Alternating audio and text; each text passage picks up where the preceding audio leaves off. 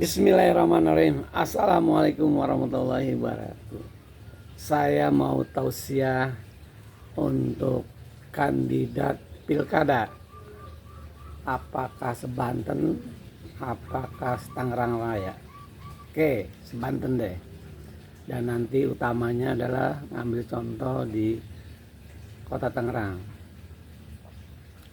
Saya miris sekali dan agak koreksi terhadap tim sesnya para balon kandidat pilkada seBanten ataupun dari para calon kandidat pilkada 2024. Apakah itu Airin, apakah itu Andra Soni, apakah itu Rudi Maisal, apakah itu Benyamin Dapni, apakah itu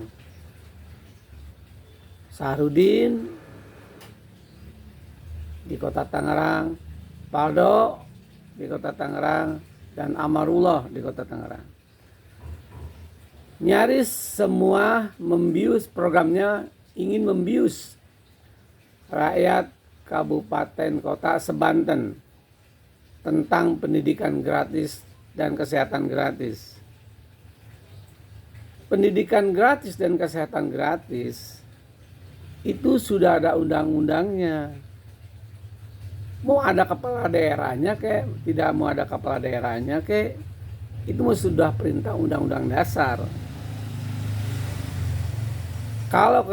Kalau pendidikan gratis yaitu pasal 31 ayat 2 di Undang-Undang Dasar 45 dan di Undang-Undang 20 tahun 2003 tentang pendidikan nasional pasal 34.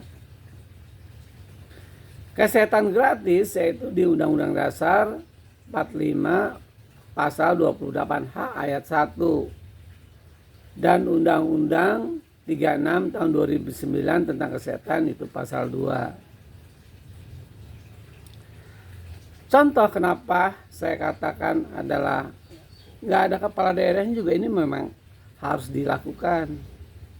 Kita ada PJ nggak ada kepala daerah definitif, kita ada PJ. Contoh di Kota Tangerang, PJ-nya Pak Nurdin. Toh berjalan efektif, bagus, rapi. Semuanya nggak ada yang terhambat. Artinya ada calon kepala daerah ini membuat program tuh yang wah gitu, yang bisa diterima oleh masyarakat dan tidak membius masyarakat 8 juta umat seBanten, utamanya di kota Tangerang.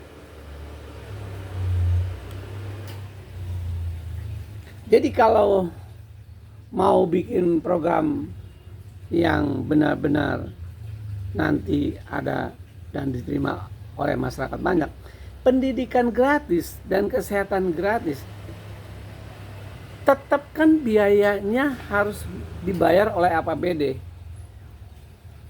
ke rumah sakit dan ke sekolah.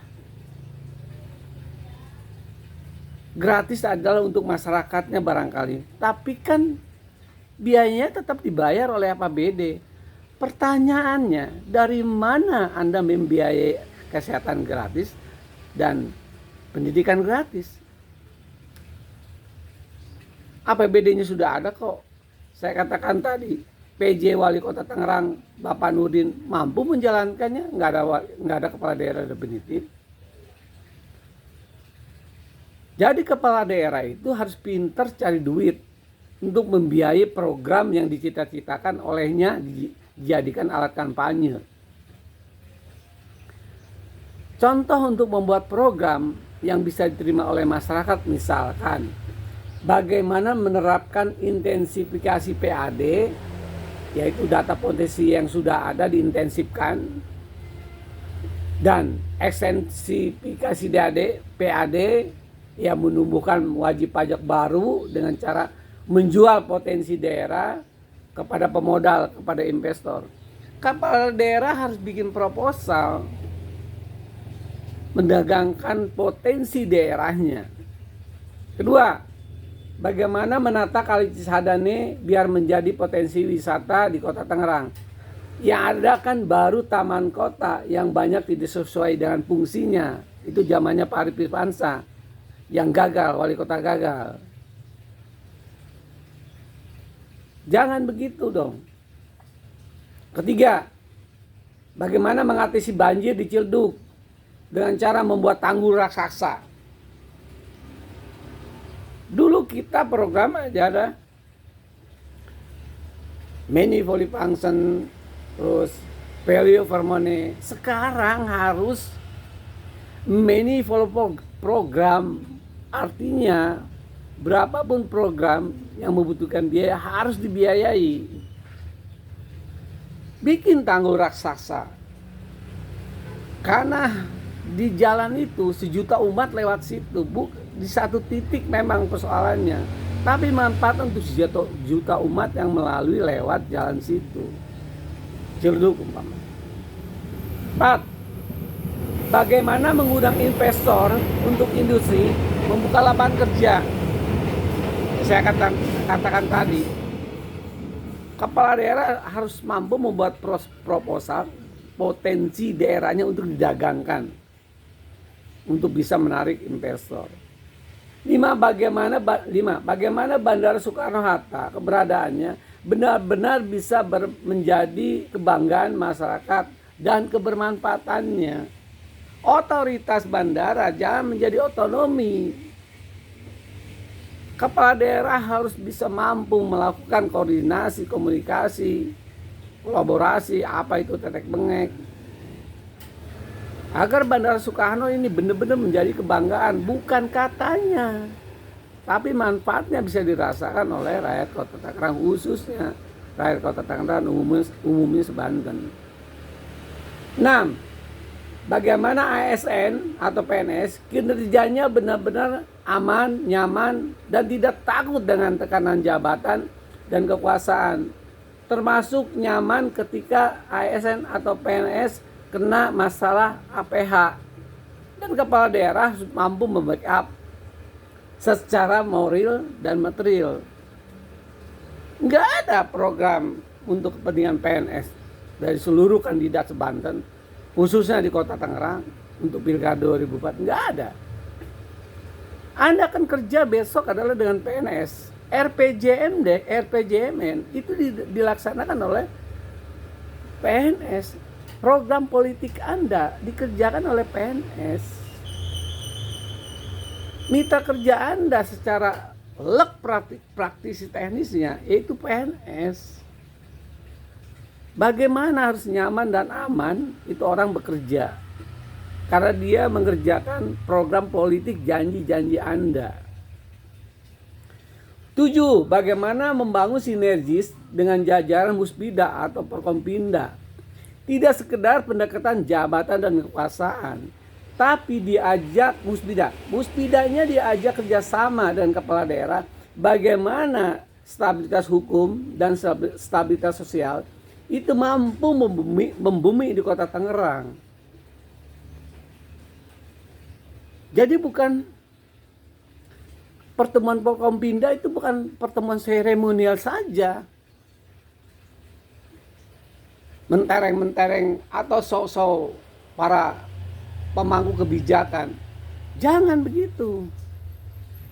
Ajak TNI, ajak Polri, ajak kejaksaan, benar-benar diajak secara teknis. Bagaimana membangun Kota Tangerang dan bagaimana membangun Banten. Dari sisi APH, kepala daerah mampu, harus cerdas membuat sebuah program yang benar-benar ada manfaat dan bermanfaat dirasakan oleh masyarakat. Kalau kepala daerah nggak bisa nyari duit dan hanya ngabisin duit APBD yang ada, Anda mau ngapain? Tukang beca juga bisa jadi kepala daerah, duit udah ada. Anda ingin mengatasi masalah kemiskinan, masalah stunting dan lain sebagainya, itu kan dibutuhkan uang. cari uang sebanyak-banyaknya, bukan malah menghabiskan uang yang ada. Norak itu. Tim sesnya harus cerdas, harus pintar, harus pandai memberikan advice kepada para kandidat. Kalau tim sesnya memang adalah tidak punya pengalaman, tidak mampu membaca, apalagi jarang baca, ya pada akhirnya programnya hanya show, kampanye sebanyak-banyak segala. Kasihan rakyat.